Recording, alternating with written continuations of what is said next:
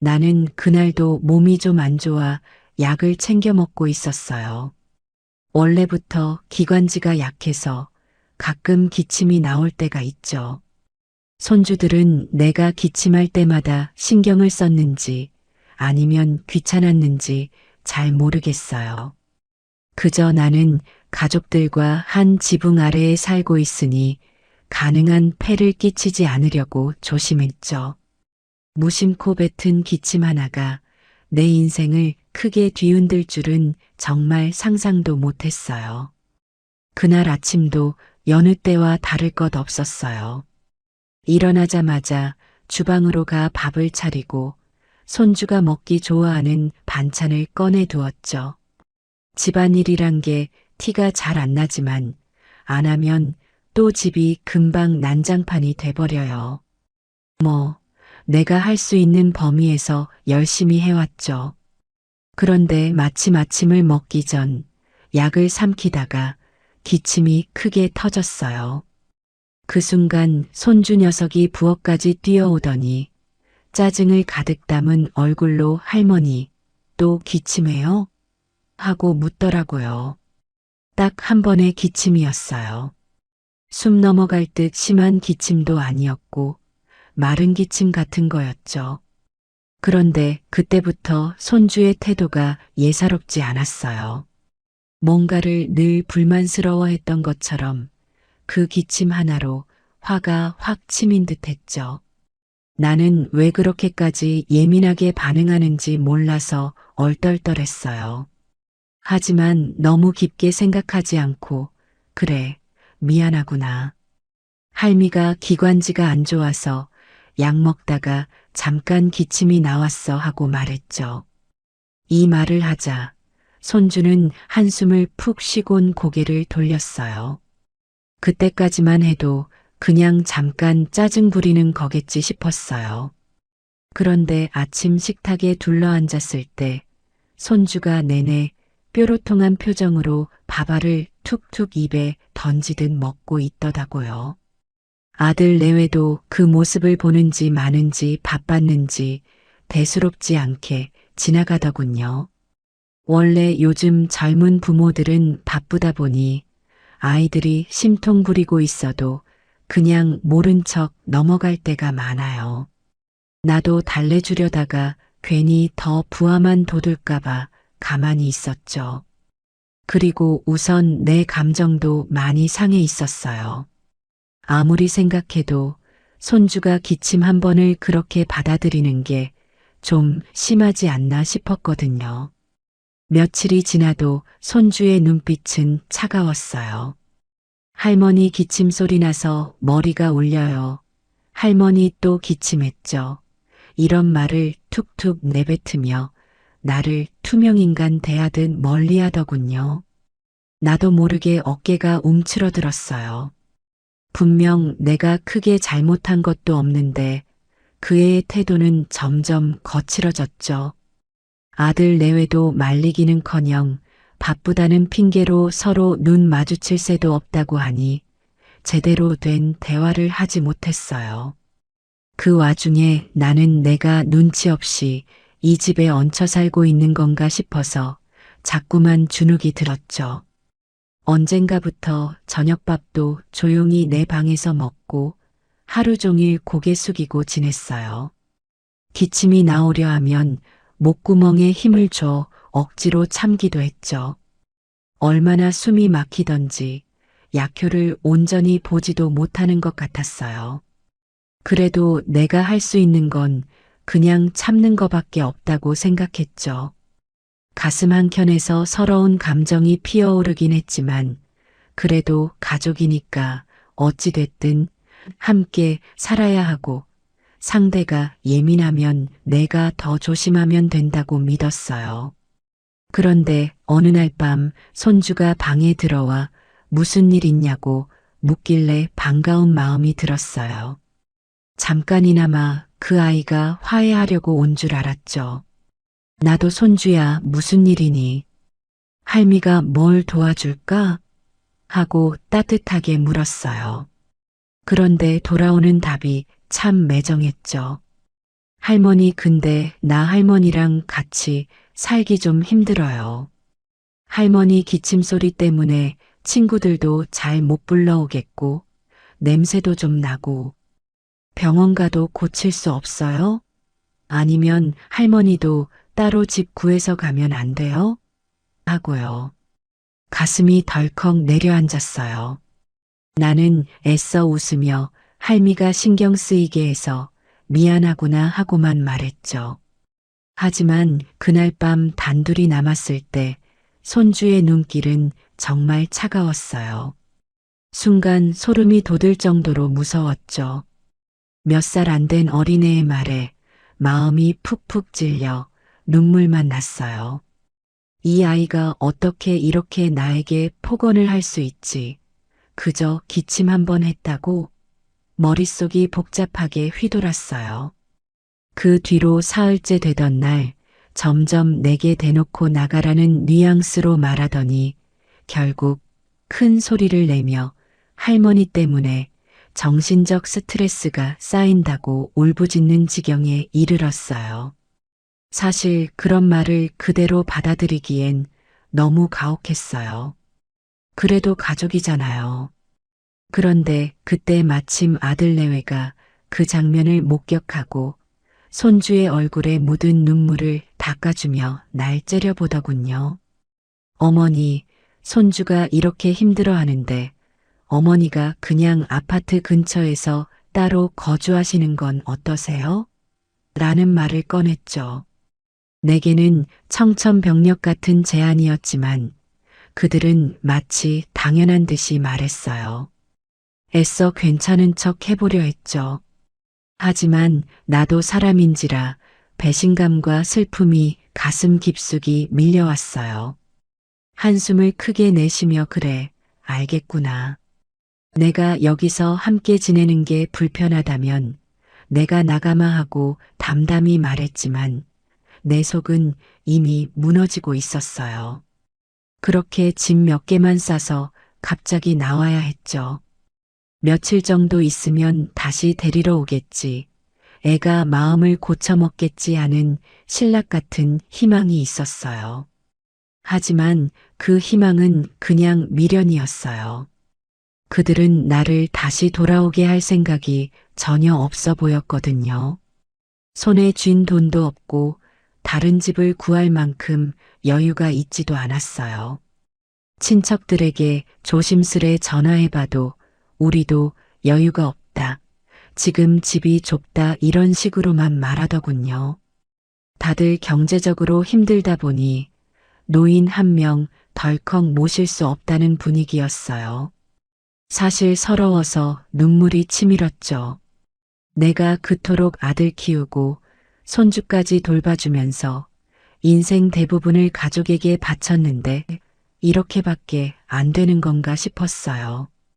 그렇게 임시로 구한 것이 재개발 예정 구역에 있는 허름한 방 한 칸이었어요. 곰팡이가 피어 있고 창문에서 바람이 새어 들어와 한겨울이면 얼어 죽기 딱 좋은 곳이었죠. 그래도 월세가 싼 편이니 적은 생활비로는 그 이상을 바라기도 어려웠어요. 허리 펼 공간도 없이 놓인 작은 묘에 몸을 뉘었을 때 옆방에서 시끄러운 고성 방가가 들려왔어요.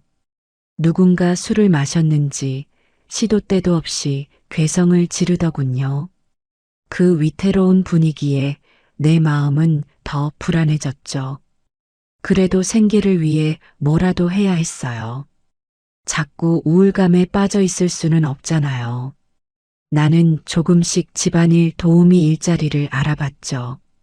여러 곳을 전전하다가 운 좋게도 어느 부잣집에서 주말마다 청소와 빨래를 도와줄 사람을 구한다기에 면접을 봤어요. 그 집 사모님이 처음엔 날 위아래로 훑어보더니 나이 든 사람은 체력이 딸릴까봐 걱정이라는 표정을 짓더군요. 하지만 나는 애써 활짝 웃으며 저 요령은 자신 있어요. 그리고 예전에 손주 키우면서 집안일 쉼없이 해왔어요. 하고 어필했죠. 다행히 그 사모님이 나를 써보기로 했어요. 그 집은 큰 저택이었고 대문에서 현관까지 이어지는 진입로에 화단이 쫙 깔려 있었어요. 곳곳에 비싼 예술품이 있어 눈이 휘둥그레졌지만 나에게 중요한 건 그게 아니었어요. 몇 시간 동안 열심히 일해서 그날그날 정직하게 돈을 버는 것, 그리고 그 돈으로 방세와 약값을 해결하는 게 급선무였죠. 집안일이란 게 몸은 힘들어도 몰입하면 오히려 잡생각이 줄어드니 마음은 편했어요. 나는 내 내력과 상처를 굳이 드러내고 싶지 않아 웃는 얼굴을 했고 사모님도 만족하는 눈치였어요. 그러던 중 한낱 기침 하나 때문에 쫓겨났다는 굴욕감이 자꾸만 나를 괴롭혔어요. 때로는 스스로를 다독이려고 했죠. 그래, 나중에 손주도 생각이 바뀔 수 있고 아들 내외도 다시 날 찾을지도 몰라 하지만 내가 여기서 내내 눈물만 흘리고 있으면 뭐 하겠나? 더 나은 환경에서 살려면 나도 뭐라도 해야지 싶었어요. 그래서 청소일, 빨래, 시장 심부름 같은 일을 두세 군데서 동시에 했어요. 아침부터 밤까지 정말 쉴 새 없었어요. 그러다 보니 어느 순간 내 몸이 많이 지쳐 있다는 걸 깨닫게 됐어요. 그 즈음 예전에 내가 다니던 동네 교회 지인이 나를 찾아왔어요. 할 일 없냐며 자신의 지인이 운영하는 작은 반찬 가게에선 어르신들의 손맛이 필요하다고요. 생각해보니 집안일 도우미로만 평생 버틸 순 없을 것 같았고 내게 딱히 재주라고 할 만한 건 요리뿐이었어요. 어려서부터 부엌에 서는 걸 좋아했고 손주에게 해주는 밥맛 하나로도 칭찬을 많이 듣곤 했죠. 그래서 고민 끝에 그 제안을 수락했어요. 반찬 가게에 출근한 첫날 주인 할머니가 내 손을 꼼꼼히 살피며 요리 잘해요? 하고 물었어요. 나는 겉보기엔 평범해 보이겠지만 저 자신 있어요. 손맛 하나는 예술이라고 소문 좀 났었어요 라고 씩씩하게 말했죠. 그리고 곧바로 시험 삼아 몇 가지 반찬을 만들어 봤어요. 김치볶음부터 멸치볶음, 장조림, 계란말이까지 주방 한 구석에서 재료를 꺼내고 정성껏 손질해서 순식간에 완성했죠. 그런데 주인 할머니의 얼굴이 점점 밝아지는 거예요. 어쩜 이렇게 간이 딱 맞지? 짜지도 않고 너무 심심하지도 않고 맛이 정갈하네 하면서 박수를 치더군요. 그렇게 나는 반찬 가게에서 정식으로 일을 시작하게 됐어요. 아침 일찍 장 보고 채소 다듬고 하루 종일 불 앞에서 기름이 튀고 열기가 솟는 환경에 노출되다 보니 사실 체력적으로는 만만치 않았죠. 그런데 놀라운 건 그 일에 대한 내 열정이 생각보다 커서 힘들다는 생각보다는 즐겁다는 느낌이 더 컸어요. 특히 아침에 부지런히 마련한 반찬들이 손님들 손에 들려나가고 그 손님들이 며칠 뒤에 또 와서 그 반찬 너무 맛있었어요. 또 사가려고요라며 웃는 얼굴로 말해줄 때마다 보람이 컸어요. 눈물이 날 정도로 뭔가 인정받고 있다는 기쁨에 가슴이 뭉클했죠. 그렇게 바쁘게 지내며 정신없이 하루하루를 보냈어요. 내 손으로 번 돈으로 방세도 꼬박꼬박 내고 살짝 남는 돈이 있으면 동네 슈퍼에서 과일 하나라도 사거 먹으며 작은 행복을 찾았죠. 허름하지만 내 방에 앉아 밤에 김치볶음을 살짝 데워서 따끈한 밥이랑 먹으면 그 순간만큼은 세상 근심 다 잊을 수 있었어요. 그러다 문득문득 떠오르는 건 나를 쫓아냈던 손주 얼굴이에요. 아직도 차가웠던 그 눈빛을 생각하면 화가 나기도 하고 슬퍼지기도 해요. 하지만 일단은 내 앞가림에 집중해야 하니 자꾸 정신을 무장해요. 시간이 좀 흘러 내가 반찬 가게에서 자리 잡고 열심히 일한다는 소문이 조금씩 퍼졌어요. 오전엔 도우미 일하시고 오후엔 반찬 가게에서 조리하시고 그 힘든 걸 어떻게 다 해내세요? 라며 사람들이 신기해했죠. 나도 참 대단하다 싶었어요. 할머니라고 해서 늘 기침만 하고 힘없게 누워있는 존재가 아니라 얼마든지 땀 흘려 일하면서 새로운 길을 개척해 나갈 수 있다는 걸 스스로도 깨닫게 됐죠. 그러던 어느 날 뜻밖의 소식이 들려왔어요. 내가 주말마다 집안일을 도와주던 그 부잣집 사모님이 내 음식 솜씨가 훌륭하다는 얘기를 전해 들은 모양이에요. 그래서 다가오는 중요한 행사에 출장 뷔페를 작은 규모로 준비하는데 혹시 갈비찜이나 잡채, 전 종류 같은 걸 해줄 수 있느냐고 물어왔죠. 나는 반찬 가게 주인 할머니께 양해를 구하고 저녁 늦게라도 레시피 연구를 시작했어요. 갈비 양념장 비율부터 재료 손질까지 하나하나 메모해뒀죠. 행사 당일 새벽부터 부잣집 주방으로 달려가 갈비찜을 푹 고고 잡채에 들어갈 채소들을 곱게 채 썰어 볶고 모둠전을 알록달록 부쳐냈어요. 한창 정신없이 요리를 하고 있는데 갑자기 사모님이 홀에서 시식 중인데 다들 맛있다고 난리예요. 라며 들어와서 환하게 웃더군요. 듣자니 행사 참석자 중에는 꽤 잘 나가는 사업가들도 있다는 거예요.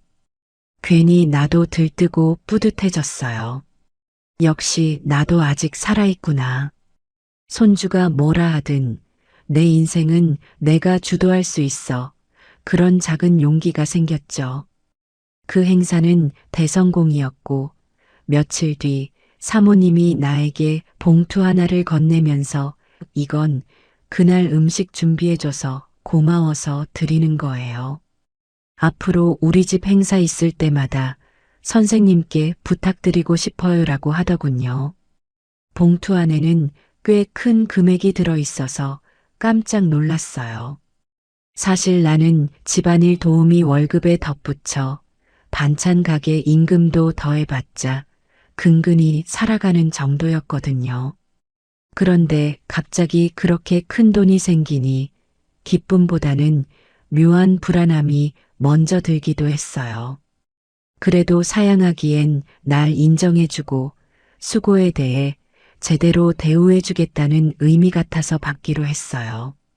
그 돈으로 내가 처음 한 건 방을 옮기는 일이었어요.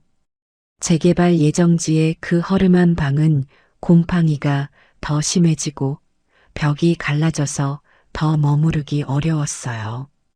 조금 더 깔끔한 월세방을 구해서 이사했죠. 창문도 넓고 해도 잘 들고 무엇보다 안전해 보이는 동네라 밤에도 마음이 편안했어요. 이사 첫날 박스를 풀며 허리 펼 틈 없이 움직이다 보니 기침이 터져 나왔지만 이젠 아무도 날 나무라지 않아요. 오히려 괜찮아요, 할머니. 물 좀 드실래요? 하고 옆집 아주머니가 먼저 챙겨줄 정도였죠. 사람 사는 게 이런 걸까 싶어 그날 밤 작은 전등 아래에서 나도 모르게 펑펑 울었어요. 그렇게 안정을 찾고 지내면서도 마음 한구석엔 억울함과 분노가 쌓여갔어요. 내가 기침 한 번 했다고 집에서 쫓아내다니. 그리고 결국 나를 정말 나가게 만든 손주와 아들내외. 그들이 한 번도 날 찾아오지 않는 걸 보면 정말 영영 인연을 끊으려고 하는 건가 싶어요. 처음에는 그래도 어찌 될지 모른다며 스스로 희망을 걸었지만 이제는 의문조차 들지 않아요. 대신 언젠가 내가 제대로 성공해서 너희가 후회하게 만들 거야라는 생각이 서서히 뚜렷해졌죠. 반찬 가게에서의 내 일은 점점 늘어났고 매출도 함께 오르는 게 느껴졌어요. 주인 할머니가 손님들이 해주는 반찬 맛을 입에 달고 사네. 우리 가게가 이렇게 붐빈 적은 처음이야. 아이고, 내가 더 힘낼 맛이 난다. 하며 고마워했죠. 덕분에 나도 조금씩 목돈을 모을 수 있었어요. 이쯤 되니까 내 음식에 대한 자신감도 커지고 혹시 작게라도 내 반찬 가게를 열어볼까 하는 생각이 들더군요. 그리고 그때부터 본격적인 내 복수극이 시작된 거예요. 처음엔 무작정 가게를 열기보다는 일단 내 브랜드를 만드는 게 중요하다고 생각했어요. 부잣집 사모님이 몇 번 더 출장 음식을 의뢰해왔고 그때마다 높은 평가를 받았죠. 행사 손님 중에는 대기업 임원이나 외국계 회사 대표 같은 사람들도 있었어요. 그들은 이 음식 누가 한 겁니까? 정말 맛이 한국의 전통을 살리면서도 너무 짜지 않고 감칠맛이 살아있네요. 라며 칭찬했어요. 그러면 사모님이 내 얘기를 간단히 소개해주곤 했죠.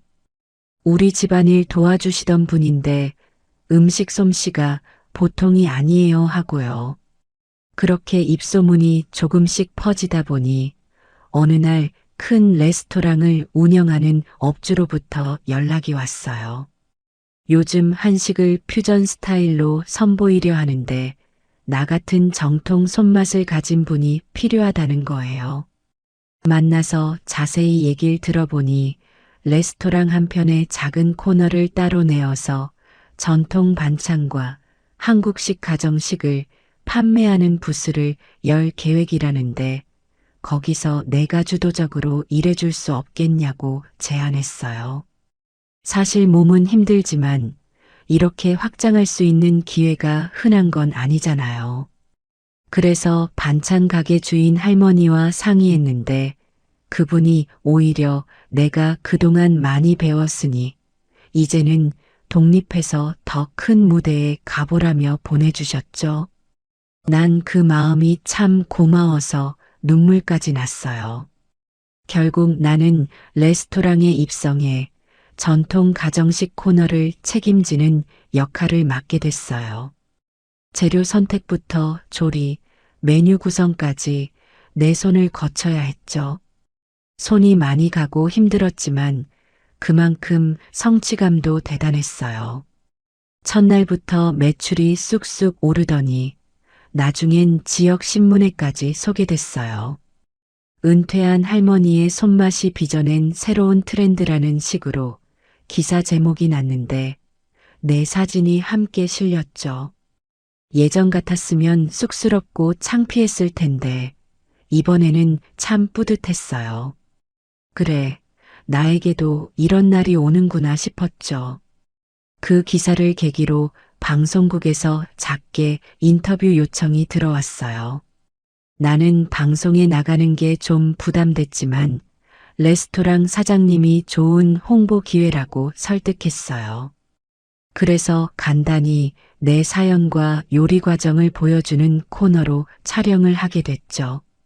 카메라 앞에 선 나는 긴장하며 사실 처음엔 기침 한 번으로 손주에게 미움을 사서 집을 나왔어요. 그러나 이것이 오히려 또 다른 인생의 시작이 됐네요.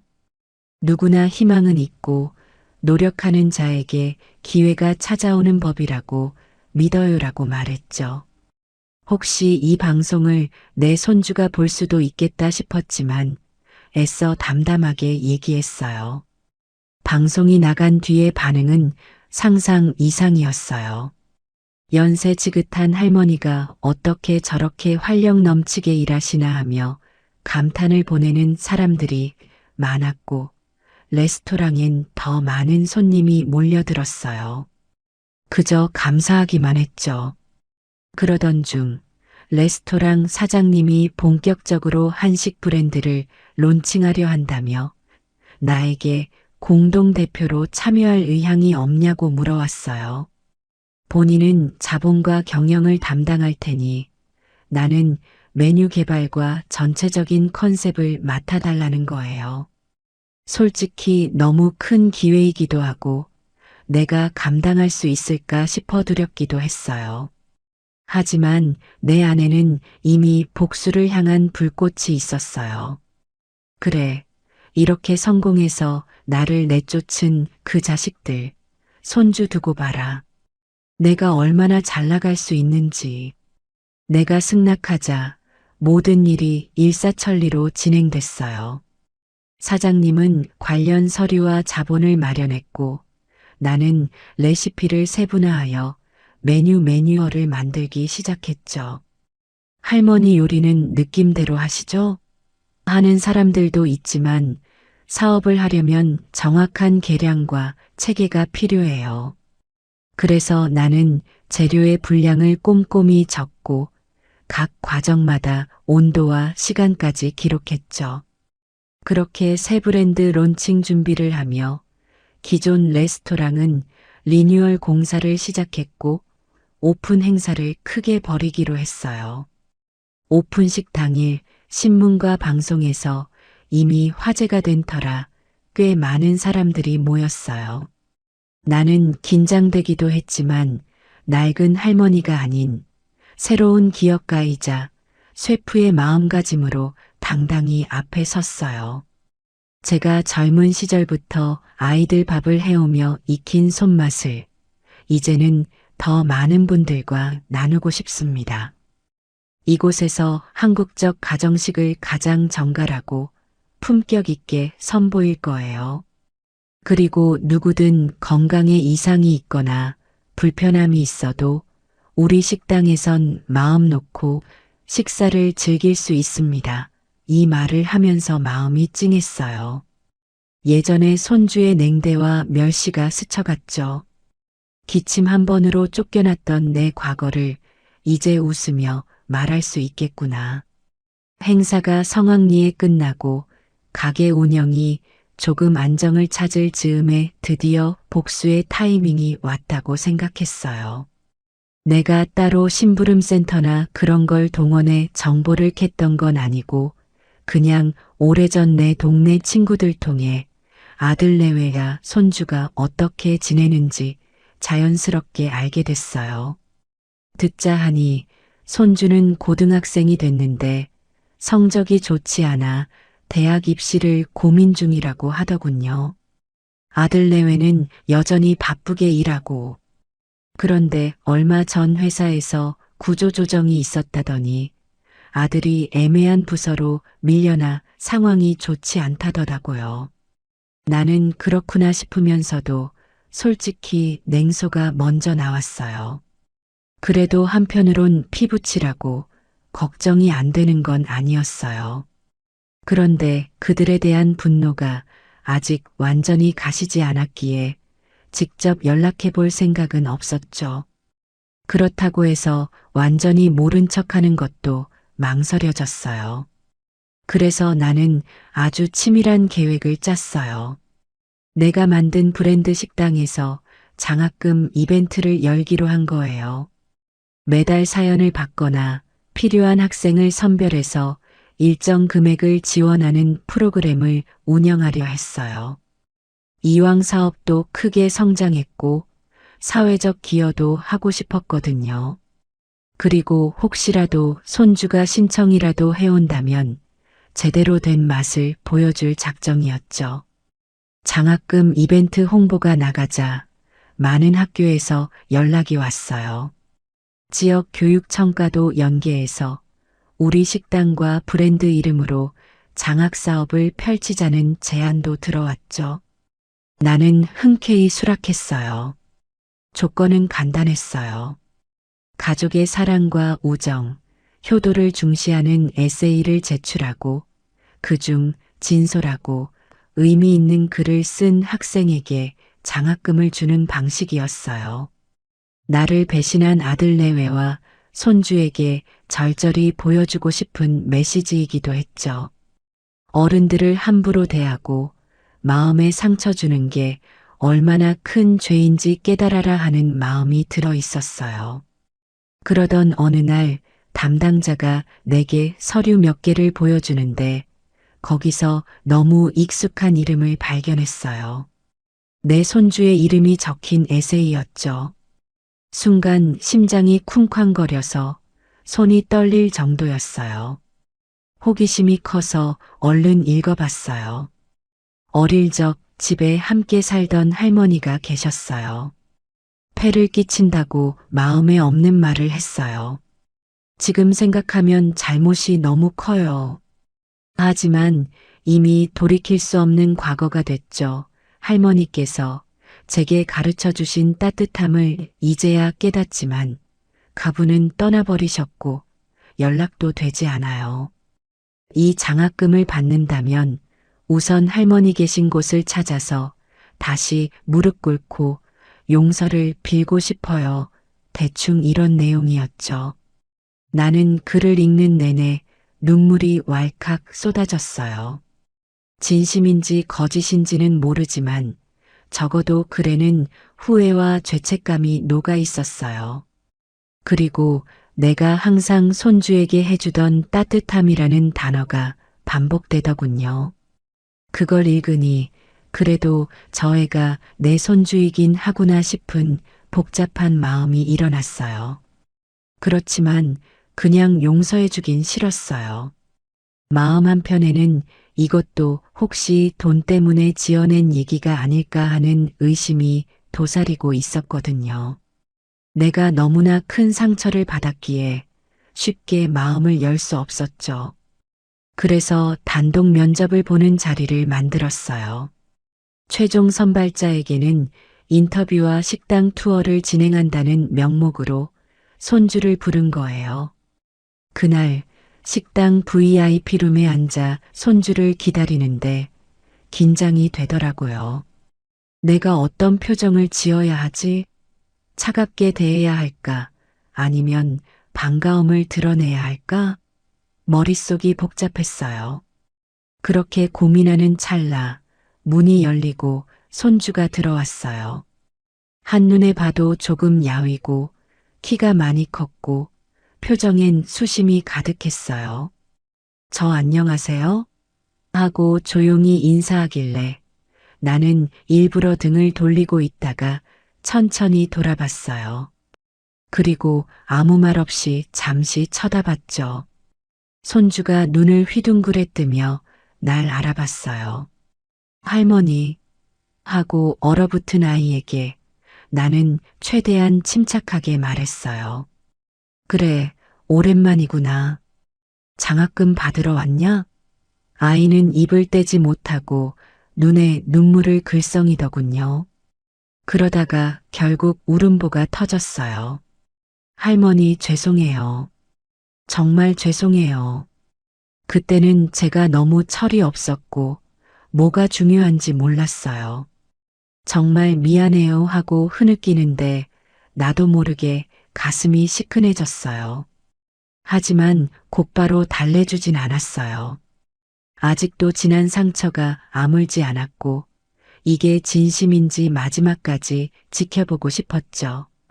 그렇게 한참 울던 손주가 조금 진정되자 내가 물었어요. 너 그때 할머니 기침 듣기 싫다고 했지? 그리고 냄새 난다고 했지? 그게 그렇게 불결하고 역겨웠니? 손주는 고개를 푹 숙이고 아니요. 사실 그땐 친구들에게 할머니랑 산다는 게 왠지 창피했어요. 그리고 할머니가 아프시니까 내가 스트레스 받는다고 착각했어요. 그런데 이제 보니까 모든 게 제 잘못이었어요. 이렇게 솔직히 말했죠. 나는 조금 흔들렸어요. 하지만 쉽게 마음을 풀진 않았어요. 그럼 내 부모는 너한테 같이 살기 힘들다고 말하라고 시킨 건 아니니? 하고 물었죠. 손주는 고개를 저으며 아니에요. 부모님도 몰랐어요. 제가 자꾸 불만을 표하니까 부모님이 어쩔 수 없이 어머니를 다른 집으로 모시자고 했던 거예요. 그런데 결국엔 내가 더 심하게 굴고 할머니를 내쫓는 식으로 돼버렸어요. 정말 후회해요 하며 또 울먹였죠. 그 모습을 보는데 내 마음속 분노와 서러움이 뒤엉켰어요. 넌 그게 얼마나 큰 죄인지 알아? 할머니는 내가 기침 하나에 무슨 대죄라도 지은 줄 알았어. 그렇게 쫓겨난 뒤 어디서 자고 뭘 먹어야 할지도 막막했어 하고 말했더니 손주는 고개를 못 들고 눈물만 떨어뜨렸어요. 그러다 내 손을 덥석 잡고 다시는 그런 짓 안 할게요. 제발 집으로 돌아와 주세요. 아니, 집이 싫으면 제가 여기로 찾아올게요. 할머니, 제발 한 번만 용서해 주세요 하고 애원했죠. 그 순간 참았던 눈물이 왈칵 쏟아졌어요. 돌아오라고? 이제 와서? 하고 물으면서도 마음 한구석엔 가족의 온기를 갈망하는 내 모습이 있는 걸 느꼈어요. 하지만 내가 쉽게 넘어가면 안 될 것 같았죠. 내 마음에 새겨진 상처가 너무 깊었으니까. 너 혼자만의 문제는 아니야. 내 부모도 나를 외면했어. 나는 지금 여기서 내 식당 운영도 해야 하고 내 삶이 있어. 그리고 너희가 원한다고 뚝딱 돌아갈 마음도 없어. 난 이제 안정된 삶을 찾았고 더 이상 상처받고 싶지 않아. 그러니까 장학금은 주겠지만 그 이상은 기대하지 마라 하고 못 박았어요. 손주는 울면서 네, 알겠습니다. 그래도 가끔 만나서 얼굴만이라도 보여주시면 안 될까요? 잘못했다고 사죄하고 싶어요. 할머니 덕분에 제가 어릴 때 얼마나 풍족하게 밥을 먹고 살았는지 이제서야 알았어요. 라며 간청했죠. 나는 말없이 고개를 끄덕였다가 일단 돌아가라. 내 부모에게도 내키면 전하라고 해. 내 위치는 이렇다. 내가 살아가는 세상은 이제 이쪽이다. 그리고 나중에 정말 간절히 용서받고 싶으면 직접 찾아오든지 하고 자리에서 일어섰어요. 손주가 작게 인사하고 나가려는데 나도 모르게 밥은 제대로 먹고 다니니? 하고 물었어요. 아이는 울먹이며 네 하고 대답했죠. 그렇게 손주와 재회한 뒤 내 마음은 계속 출렁였어요. 사실 복수심은 여전했지만 동시에 피부치에 대한 애틋함도 남아 있었죠. 어느 날 문득 생각이 바뀌었어요. 진짜 복수라는 건 내가 잘 나가서 그들이 후회와 자책 속에서 평생을 보내게 만드는 게 아닐까? 그리고 내가 정말 아무렇지도 않게 그들을 외면하는 것. 그게 가장 큰 복수야. 그런 생각이 들자 오히려 마음이 한결 가벼워졌어요. 그러고 나서 2주쯤 지났을 때 아들 내외가 내 식당으로 찾아왔어요. 아들은 겸손하게 허리 숙여 어머니, 정말 오래간만입니다. 그동안 저희가 너무 불효했습니다. 죄송해요 하는데 역시 이번에도 사죄의 말을 쏟아내더라고요. 며느리도 같이 울며 어머니 도와드리지도 못했는데 이렇게 성공하셔서 다행이지만 저희는 너무 부끄럽고 한 번만 기회를 주시면 안 될까요? 라고 했어요. 나는 딱히 다시 예전으로 돌아가고 싶은 마음은 없었어요. 하지만 또 한편으론 내가 죽을 때까지 그들을 등지고 살 수 있을까 하는 생각이 들었어요. 결국 그날 난 차가운 표정을 유지하며 내가 이 정도로 안정을 찾기까지 얼마나 힘들었는지 아냐. 다 지나간 일이라 치기엔 난 너무 큰 상처를 받았어. 그러니 지금 와서 아무 일 없던 듯 받아들이긴 어렵다 하고 말했죠. 그들은 내가 한동안 침묵하자 혹시나 희망이 있을까 싶었는지 다시 간청했어요. 일단 식사라도 같이 하시죠. 예정이라도 있고 저희가 잘못을 깨달았으니 기회를 좀 주시면. 그 순간 식당 홀에 사람들이 많아서 시끄러웠지만 나는 여전히 그들의 말이 또렷이 들렸어요. 가족이라는 단어가 떠오르자 갑자기 울컥했지만 표정은 숨기고 알았다. 오늘은 가게 끝나고 시간이 좀 되니까 잠깐 얘기나 더 해보자 하고 제안했죠. 아들 내외는 고개를 숙인 채 감사합니다 하고 나갔어요. 가게 마감 후 우리는 근처 조용한 찻집에 모였어요.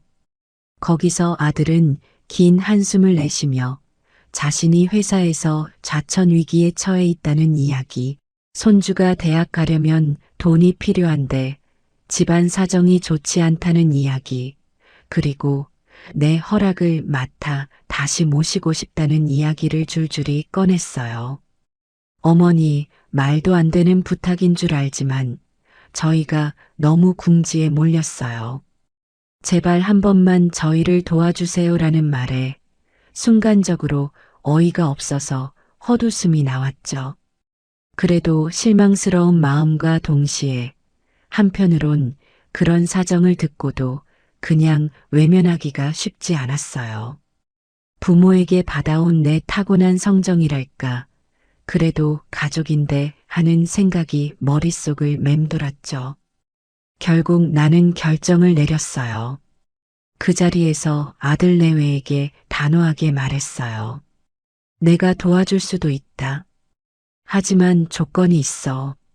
첫째, 앞으로 내 삶을 간섭하지 마라.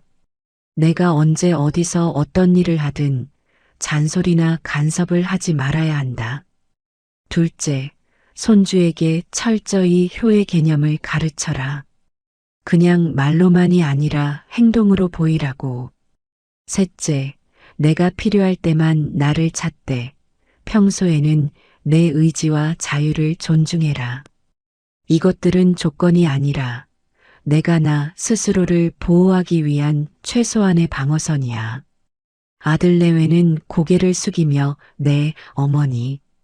정말 그렇게 하겠습니다 하고 동의했어요. 나는 곰곰이 생각하다가 내가 회사 일 때문에 힘들다 했지? 좀 더 발전할 수 있는 일을 내가 연결해 줄게. 내가 음식 사업을 좀 확대하려 해. 새로운 공장도 세워서 전국 유통을 해볼 생각이거든. 너는 내 회사 쪽으로 와서 마케팅이나 관리 같은 걸 배워봐. 정식 월급도 주고 기회도 줄게 했어요. 사실 이런 말을 하며 내가 얼마나 바보처럼 보일지 스스로도 알았어요. 무슨 복수냐, 결국 가족이면 다 받아주네. 이런 소리도 들을 수 있죠. 하지만 내가 더욱 높이 오르고 그들이 나에게 의존하는 구조를 만드는 게 진정한 복수이자 내 마음의 위안이 아닐까 하고 생각했어요.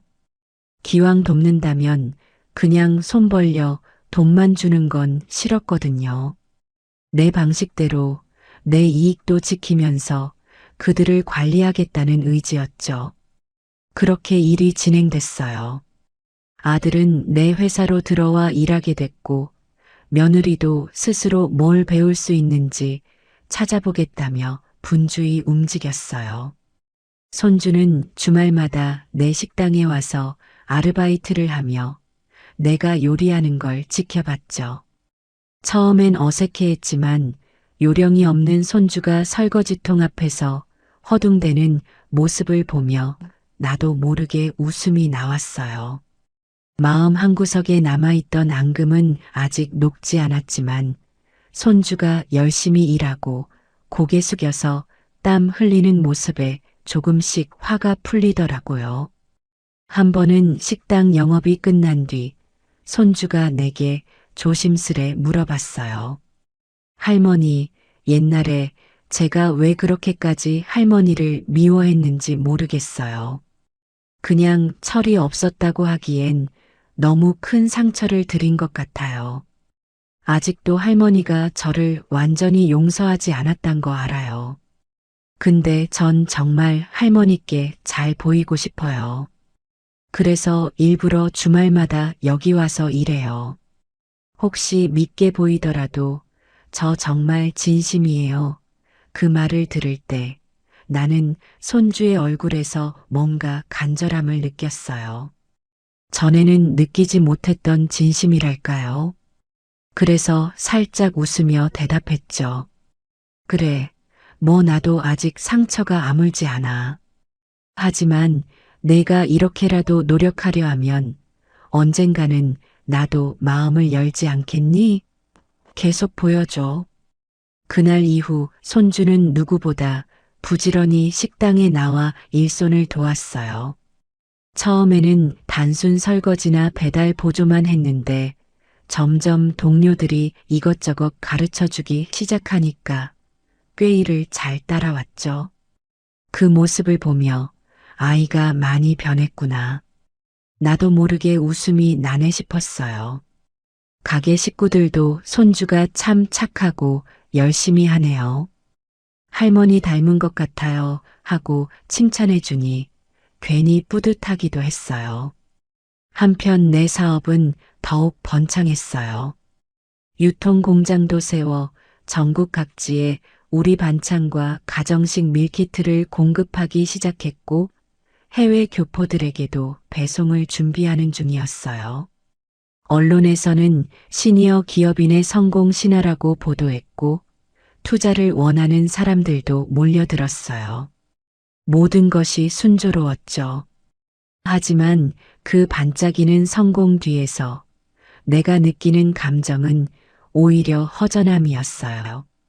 분명 복수는 했어요.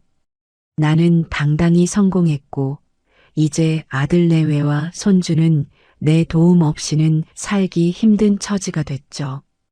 그런데 막상 현실에서 이들이 힘들어하고 날 필요로 하니까 내가 또 손을 내밀어 도우며 마음 한편으로 안도하고 있어요. 그래, 이게 진짜 이길 수 있는 복수야. 사람답게 대접받으며 그들에게 우위에 서 있는 것하고 스스로 되뇌었죠. 그러면서도 언젠가는 이 앙금을 완전히 풀고 정말로 서로 감싸줄 수 있는 날이 오길 바랐어요. 그렇게 시간이 지나 손주는 결국 내 식당을 다니며 아르바이트를 하다가 조리학과로 진학했어요. 고등학교 졸업 후에 스스로 결정한 일이었죠. 나중엔 호텔 요리사로 성장하고 싶다며 의지를 불태우더군요. 처음엔 내가 괜히 힘든 길로 가는 건 아니니? 하고 물었는데 손주는 할머니처럼 되고 싶어요. 많이는 바라지 않아요. 그냥 할머니의 손맛 반이라도 담고 싶어요라고 말했어요. 마음속 깊은 곳에서 치밀어 오르는 뜨거운 감동에 난 그래. 하고 싶으면 해봐. 내가 선택한 길이니 할미가 응원해 줄게 하고 답해줬죠. 대학교에 입학한 손주는 더 바빠졌어요. 하지만 주말이면 어김없이 우리 식당을 찾아와 한두 시간이라도 일손을 거들었죠. 나중엔 내가 요리하는 걸 곁눈질로 배우며 이것저것 물어보기도 했어요. 예전 같으면 질색하던 기침도 이젠 크게 신경 쓰지 않는 눈치였죠. 혹시 내가 기침하다가 고개를 들면 손주는 즉시 할머니 물 드시죠 하며 달려오거든요. 그럴 때마다 시간이 참 모든 걸 변화시킨다는 걸 실감했어요. 아들도 내 회사에서 점차 자리를 잡아갔어요. 마케팅이 뭔지, 물류는 어떻게 관리해야 하는지 하나하나 배우며 본인도 꽤 재미를 붙이는 눈치였어요. 처음에야 내가 쫓겨났던 걸 떠올리면 괘씸했지만 이제 함께 협력하며 내 브랜드를 키워가는 모습을 보면 내 복수는 이렇게 완성되는구나 싶어요. 내가 무시했던 늙은 할미가 이제 내 삶에 필요한 절대적 존재가 됐지. 그래도 난 너를 나락으로 몰지 않고 같이 잘해보겠다고 손을 잡아줬다. 진짜 복수는 이런 거야. 마음속으로 그렇게 중얼거리며 스스로를 다독였어요. 그러다 손주가 대학교 2학년이 되던 무렵 우리 회사와 식당에서 주최하는 큰 축제가 열렸어요. 전통 가정식 페스티벌이라는 이름으로 전국 각지에서 음식 애호가들이 몰려들었어요. 손주도 학교 동기들과 함께 부스를 차려 직접 만든 요리를 선보였어요. 그 부스는 우리 할머니에게 사사받은 레시피를 바탕으로 젊은 감각을 더한 퓨전 요리였죠. 행사장은 인파로 북적였고 시식을 하려는 줄이 길게 늘어서 있었다고 해요. 바삐 돌아다니던 내 눈에 손주가 땀을 뻘뻘 흘리며 사람들에게 설명하고 있는 모습이 들어왔어요. 그 모습을 지켜보다가 눈물이 왈칵 날 뻔했어요. 저 녀석이 저렇게 열심히 사는데 내가 언제까지 앙심만 품고 있을 순 없겠구나. 행사가 끝나고 손주가 내게 다가와 할머니, 잘 보셨어요? 우리 팀이 만든 요리 어땠어요? 하고 묻길래 나는 살짝 미소 지으며 아주 좋았어. 맛도 있고 젊은 감각도 돋보이고 내가 아주 대견해하고 칭찬했어요. 그러자 손주가 갑자기 울컥하며 할머니, 보고 있으면 아직도 죄스러워요. 그래도 예전처럼 할머니가 제 곁에 있어서 정말 다행이라고 생각해요 하더군요. 난 그냥 고개 끄덕이며 그래, 이제부터는 잘하면 돼.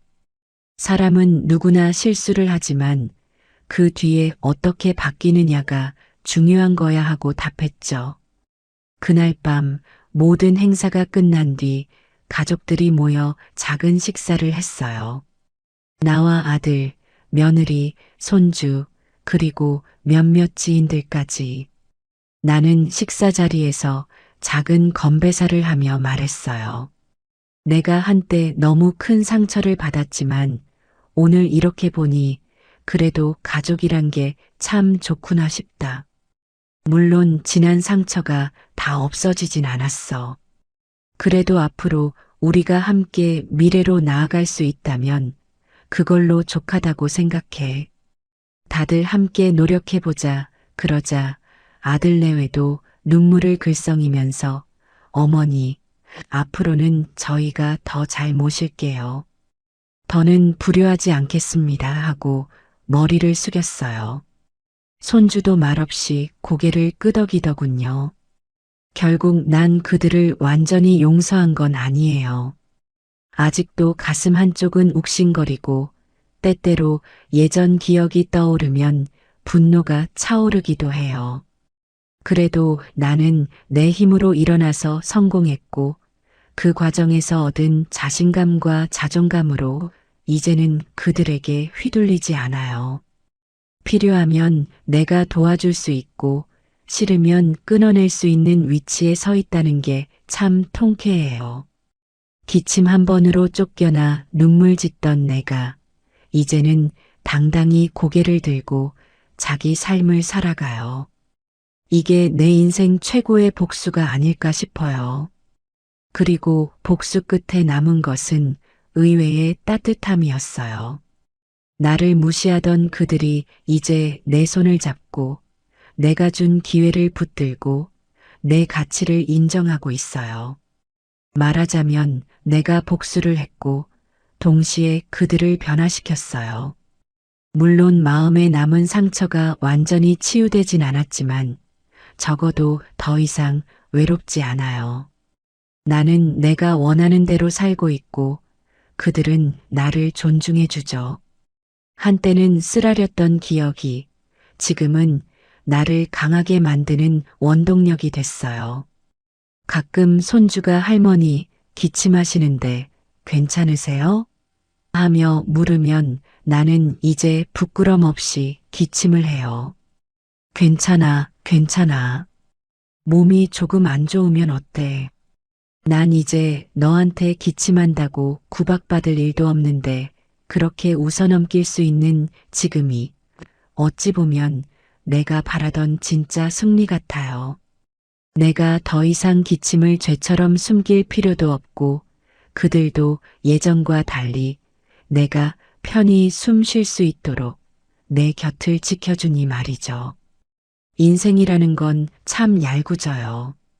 한순간에 천국과 지옥을 오가게 만들기도 하죠. 하지만 뒤돌아보면 그 기침 하나가 나를 여기까지 이끌어줬어요. 내가 세상의 매몰참과 냉혹함을 배웠고 그걸 딛고 일어섰으며 결국 그걸 통해 더욱 강해졌으니까요. 그리고 내가 강해졌기에 오히려 그들을 또 품을 수도 있었어요. 그렇지 않았다면 그냥 울기만 하다가 쓸쓸히 숨겨졌을지도 몰라요. 이제는 여유가 좀 생겨서 봉사활동도 다니고 요리 강습회도 열고 있어요. 그리고 지역 어르신들을 위한 무료 급식 행사도 정기적으로 열어요. 나는 그럴 때마다 내 지난 날이 자꾸 떠올라서 마음이 아프면서도 뜨거워지죠. 기침 한 번으로 쫓겨나 설 땅조차 없었던 때를 생각하면 내가 지금 누리고 있는 이 모든 게 기적처럼 느껴지거든요. 그리고 그런 내 모습을 보며 사람들이 대단한 할머니라 칭찬할 때 나는 겸손하게 웃으면서도 속으로는 생각해요. 그래, 나 정말 대단하긴 하지. 기침 때문에 집에서 쫓겨나서도 여기까지 왔으니까. 그렇게 이야기하면 어떤 사람들은 그건 너무 드라마 같다고 말해요. 하지만 사실이죠. 현실은 드라마보다 더 깊은 상흔과 더 짙은 눈물을 동반해요. 나는 그것들을 오래 견뎌왔고 그러면서 힘을 길렀어요. 그 누구도 무시할 수 없는 나, 그 누구도 함부로 해칠 수 없는 나. 그렇게 변했어요. 그러니 손주와 아들 내외도 이젠 함부로 굴 생각 못하죠. 그리고 그건 내게 엄청난 안도감이 돼요. 나를 지켜줄 사람도 나를 해치지 않을 보호막도 결국 내가 직접 만들어야 했다는 사실을 절실히 깨달았어요. 물론 아직도 화가 날 때가 있어요. 그때 왜 그랬나 가족이라는 이름으로 날 배척했던 기억은 평생 사라지지 않을 테니까요. 하지만 동시에 이런 생각도 들어요. 그 상처 덕분에 내가 더 높은 곳으로 올라왔잖아. 어쩌면 그들에게 고마워해야 할지도 몰라. 이모저모 복잡한 감정들이 뒤섞여 있지만 분명한 건 내 인생이 과거 어느 때보다도 행복하다는 거예요. 이제 나는 매일 아침 새로 마련한 집에서 눈을 뜨면 창문 밖으로 쏟아지는 햇살을 보며 미소 짓죠. 기침이 좀 나와도 더 이상 움츠러들지 않아요. 아, 또 목이 좀 간질거리네. 약이나 챙겨 먹어야겠다 하고 가벼운 마음으로 넘겨요. 그러고 나서 거실로 나오면 켜켜이 쌓인 요리책과 레시피 노트들이 반짝이죠. 그걸 보면 설레요. 오늘은 또 어떤 새로운 메뉴를 만들어 손님들을 기쁘게 할까? 어떤 풍경을 더 그려갈까? 그리고 얼마 뒤면 손주가 문을 열고 들어와 할머니, 오늘은 제가 새로 연구한 요리 맛 좀 봐주세요 하겠죠. 나는 그 애를 보면서도 여전히 완전히 풀리지 않은 마음을 품고 있을 거예요. 그래도 한번 배신했던 건 평생 잊지 않을 거야라는 생각 말이죠. 그 마음을 대놓고 표현하진 않지만 스스로를 다독이는 의미로 간직하고 있어요. 배신감이 사라지면 내가 다시 무너질까 두렵기도 해요. 그렇지만 적어도 이제 서로에게 날선 말로 상처 주는 일은 없어요. 예전처럼 함부로 기침 소리를 트집 잡거나 사람을 매몰차게 내쫓는 일도 없어요. 오히려 지금은 내가 그들에게 천천히 해, 괜찮아 하고 말해줄 수 있는 여유가 생겼죠. 돌이켜보면 어쩌면 내 복수는 눈물과 한숨 속에서 꾸역꾸역 살아남는 데서 시작됐어요. 그리고 내 고된 노력이 결실을 맺어 나를 쫓아낸 그들에게서 벗어나 독립하고 번창함으로써 한층 더 성장한 거예요. 마지막에는 그들이 자발적으로 무릎 꿇고 용서를 구하게 만들었으니 이건 정말 통쾌한 일이죠. 그렇다고 해서 모든 게 해피엔딩인 건 아니지만 최소한 나는 내 상처를 스스로 치유할 힘을 얻었고 앞으로도 내 길을 걸어갈 거예요. 혹여 언젠가는 완전한 화해와 서로에 대한 신뢰가 찾아온다면 그것도 나쁘지 않겠죠. 내가 믿는 건 사람은 결국 스스로 변하고 성장해야 한다는 거예요. 나를 쫓아냈던 손주와 아들 내외가 지금 나에게 무릎 꿇는 모습은 그들이 내 앞에 굴복했다기보다 스스로의 잘못을 깨닫고 한 걸음 나아갔다는 의미로 보고 싶어요. 나도 그 점을 존중해주고 싶어요. 시간을 돌이킬 수 없다면 남은 시간이라도 서로 발전적으로 살면 되는 거죠. 오늘도 나는 조용히 창가에 앉아 생각해 봅니다. 그때 기침 한 번 안 했다면 지금쯤 어땠을까? 여전히 집에서 눈치 보며 살고 있었을까? 아니면 그들도 조금은 더 나았을까? 모르죠. 하지만 분명한 건 기침 한 번에 쫓겨난 뒤로 내가 만들어낸 이 세상이 훨씬 풍요롭고 멋지다는 거예요. 쓸쓸한 밤들을 보냈고 막막한 새벽들을 견뎠으며 수치와 배고픔을 참아왔지만 결국 이겨냈어요. 이제 가족이라 해도 날 함부로 대할 수 없고 나 역시 그들을 지배할 수 있을 만큼 강해졌어요. 그 길고 쓰라린 여정의 끝에서 난 한편으론 뿌듯하고 한편으론 아프기도 해요. 하지만 이게 내 인생인 걸 어쩌겠어요. 나는 이 길을 후회하지 않아요.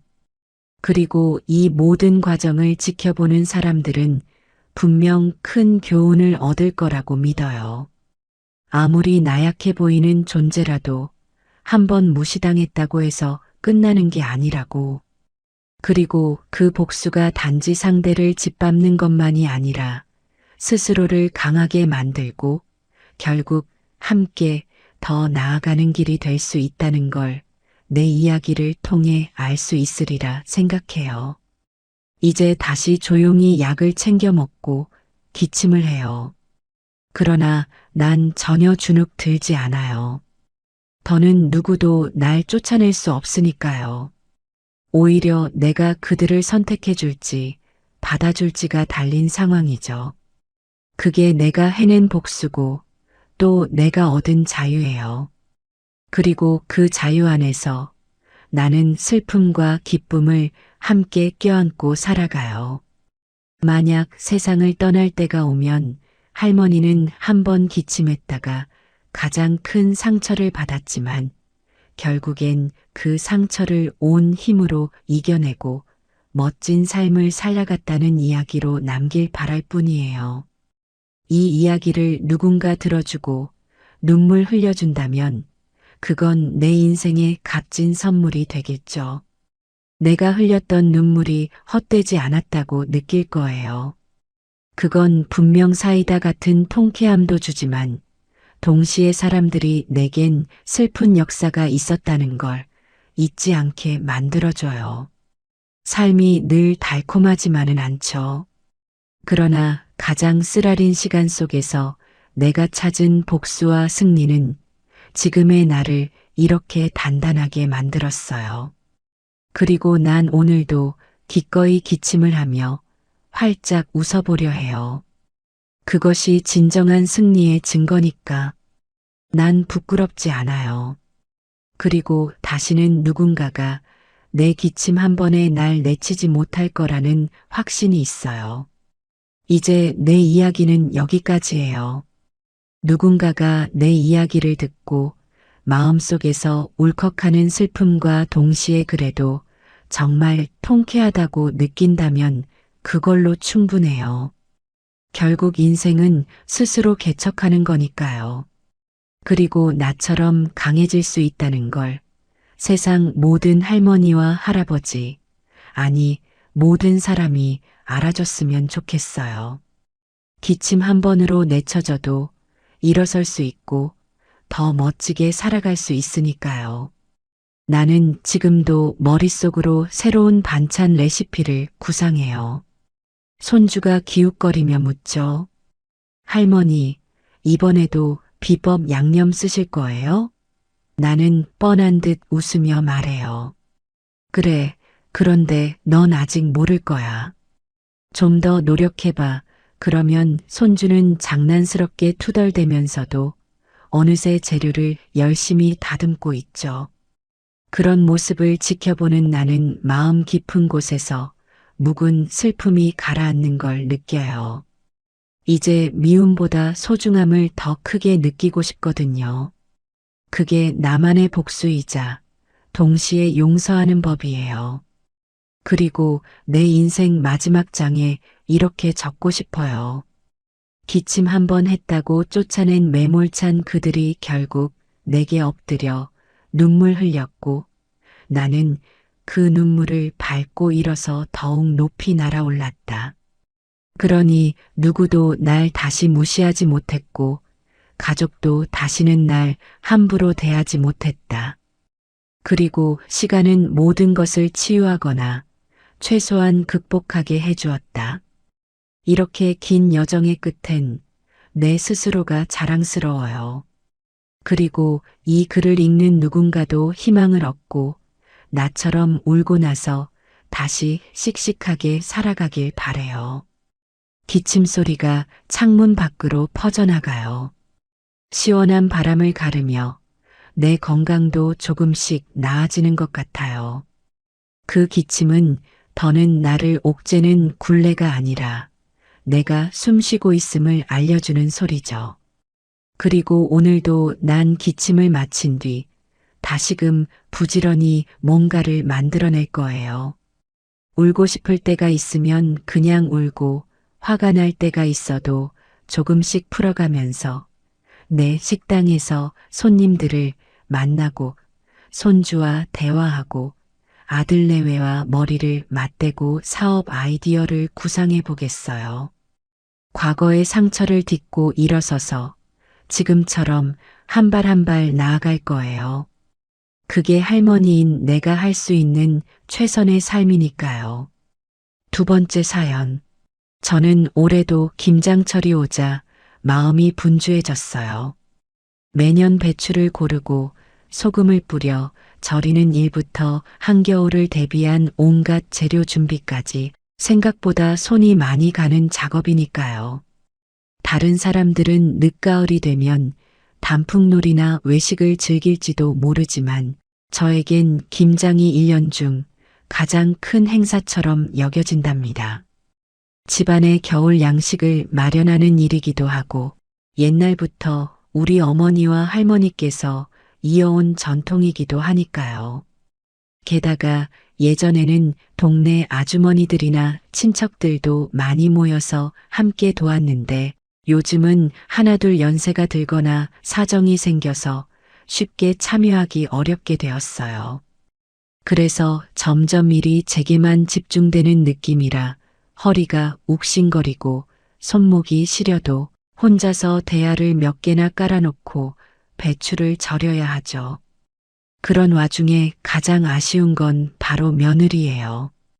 결혼 초에는 가끔 모여서 김치 맛을 보고 수다를 떨곤 했는데 어느새부터인지 김장철이 가까워지면 번번이 바쁘다며 얼굴 한번 제대로 보여주지 않더라고요.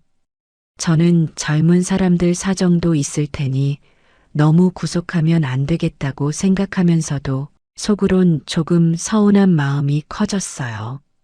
그러다 보니 어느 순간부터는 그래도 가족인데 한 번쯤 같이 해보면 어떨까 하는 기대를 품게 되었지요. 그래서 올해는 미리 일정을 조정하고 시장도 일찍 다녀와서 재료를 풍성히 마련했어요. 혹시 며느리가 마음먹고 참여하겠다고 하면 잘 알려줄 준비를 하고 싶었거든요. 하지만 김장날이 점점 다가오는데도 며느리 쪽에서는 조용했어요. 저는 혹시 몰라 전화를 해보기도 했어요. 올해는 꼭 함께 김장을 해보면 어떨까 해서. 시간 좀 낼 수 있니? 이렇게 살짝 물어봤지만 며느리는 회사 일이나 다른 일정이 겹쳤다며 미안하다는 말만 남기고는 결국 오지 않았어요.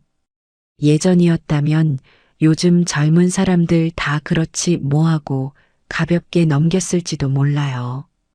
그런데 몇 해째 계속 혼자서 이렇게 대량의 김치를 담가야 하다 보니 저도 점점 체력적으로 버거워지는 걸 느끼고 있었거든요. 그러다 보니 섭섭함이 자꾸 쌓였어요. 그래도 어쩌겠어요. 김장을 안 할 수도 없으니 일단 저 혼자서라도 모든 준비를 해야 했어요. 김장 첫날은 언제나 배추를 절이는 작업부터 시작해요. 배추를 쌓아놓고 한 장 한 장 펼쳐가며 굵은 소금을 뿌리고 물을 부어가며 절이는 과정이 힘들지만 가장 중요한 단계죠. 배추가 잘 절여져야 나중에 양념을 넣었을 때 간이 고루 배이고 식감이 아삭아삭하게 살아나거든요. 저는 마당에 커다란 고무대야 3개를 일렬로 나란히 놓아두고 배추를 한 번에 넣었다 뺐다 하면서 시간을 맞춰가요. 너무 오래 절이면 짜고 짧으면 덜 익고 그 미묘한 타이밍을 잡는 게 꽤나 어려운 일이에요. 이 작업이 하루를 꼬박 잡아먹기도 해서 중간에 허리를 몇 번씩 펴줘야 몸이 견딜 수 있답니다. 그렇게 날이 어두워질 때쯤 대야에 가득 쌓인 배추를 보면 기분이 묘해요. 이거 언제 다 헹구고 물 빼서 양념까지 넣나 싶으면서도 그래도 이 배추가 맛있는 김치로 거듭날 생각을 하면 뿌듯함이 생기거든요. 그렇게 하루를 정신없이 보내고 나면 허리가 끊어질 듯 아파요. 그래도 배추 절이기가 끝났다는 사실 하나만으로도 마음이 한결 가벼워진답니다. 둘째 날에는 절인 배추를 깨끗이 헹구고 물을 빼야 해요. 이때도 손이 시려워서 중간중간 장갑 속에 손을 호호 불어가며 작업을 이어가죠. 배추 포기가 많으면 많을수록 이 공정이 오래 걸려요. 그러다 보면 아, 이럴 때 누가 좀 도와줬으면 좋으련만. 하면서 며느리 생각이 문득문득 떠오르기도 해요. 둘째 날 저녁부터는 양념을 준비해요. 고춧가루는 미리 사둔 것 중에서 색깔과 향이 좋은 것을 고르고 새우젓과 멸치액젓, 갈치속젓을 적절한 비율로 섞어 숙성시켜 둡니다. 마늘과 생강도 빻아놓고 설탕이나 매실청 같은 단맛 재료도 조금씩 가미하죠. 이런 과정을 다 마친 뒤 셋째 날 아침이면 비로소 배추 속에 양념을 넣는 본격적인 김장에 돌입해요. 줄기 부분에 양념이 잘 스며들 수 있도록 공들여 바르고 겉잎도 한 장씩 들쳐가며 골고루 발라줘야 맛이 균일해져요. 그렇게 3, 4일을 쏟아부어 김장을 다 마치고 나면 항아리에 차곡차곡 포개어 담아두거나 김치 냉장고에 종류별로 나눠 놓게 돼요. 아, 올해도 이 커다란 산을 겨우 넘겼구나. 하는 안도감과 함께 허리가 녹초가 되어 부엌에 들어와 차 한 잔을 마시며 잠시 쉬게 되죠. 예전에는 이때 가족이나 이웃들이 함께 어울려서 고생했다 수고 많으셨다 하며 서로 격려하기도 했는데 이제는 대부분 각자의 일로 바쁘다 보니 그런 풍경도 잘 보기 힘들어졌어요. 그런데 그렇게 겨우 김장을 마치고 난 며칠 뒤 며느리가 느닷없이 집에 들렀어요. 저는 반가움과 서운함이 교차하는 기분으로 부엌으로 안내했는데 며느리는 다짜고짜 김치 이야기를 꺼냈어요. 이번에 담그신 김치가 그렇게 맛있다던데요. 저도 조금 가져가도 괜찮을까요? 저는 속으로 생각했어요.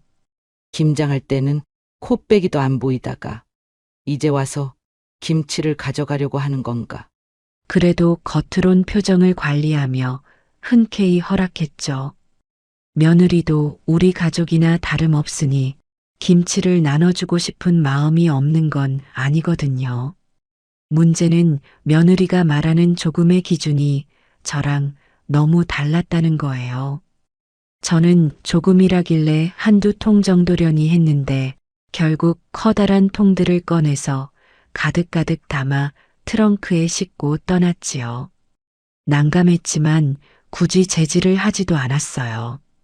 떠나고 난 부엌에는 텅 빈 자리들만 남았고 저는 한편으로 씁쓸함이 밀려왔어요. 김장을 함께 했으면 이렇게 얄미운 기분은 들지 않았을 텐데 하는 아쉬움이 크게 다가왔어요. 며칠 뒤 며느리는 한술 더 떠서 친정에도 나누고 친구들에게도 자랑하느라 김치가 더 필요하다고 연락을 해왔어요. 저는 이번에는 그냥 넘어가면 안 되겠다는 생각이 들었어요. 그동안 쌓였던 섭섭함도 있고 며느리가 계속 무료 김치 창고처럼 여기는 것만 같아 가만히 있을 수 없었죠. 그래서 며느리에게 직접 말했어요. 김장이라는 게 쉽지 않으니 한 번쯤은 과정을 몸소 경험해 보면 어때? 사실상 며느리에게 참교육을 시작해야겠다고 마음먹은 순간이었죠. 그러나 며느리는 애매한 반응만 보였어요. 마치 김장이라는 걸 중노동처럼 생각하는 기색도 보이고 요즘 회사가 바빠서 시간을 내기 어렵다며 대화를 슬쩍 돌리더라고요. 저는 그 모습을 보며 심각해졌어요. 이러면 해마다 똑같은 일이 반복되겠구나. 그냥 넘어가면 며느리 입장에선 나는 늘 바쁘니 결국 시어머니 혼자 하겠지. 하며 무심하게 행동할 것 같았거든요. 그렇다고 너무 강압적으로 나오면 사이만 나빠질 것 같아서 다른 방법을 고민하기 시작했죠. 결국 작전을 짰어요. 우선은 집에 남아있는 배추 몇 포기라도 활용해서 작게 김치를 한 번 더 담가보자. 그때 며느리를 반드시 참여시키자. 물론 김장을 한 번 더 하는 건 저한테도 큰 부담이지만 이 기회가 아니면 며느리가 진정으로 김치 담그는 수고를 이해할 기회가 없을 테니까요. 그렇게 마음을 먹고 재료를 조금씩 챙겨두고 있던 차에 며느리가 다시 전화를 했어요. 이번에는 친구들에게도 자랑을 했더니 김치를 나눠주고 싶다고 하더군요. 저는 기다렸다는 듯 말했지요. 딱 잘 됐구나.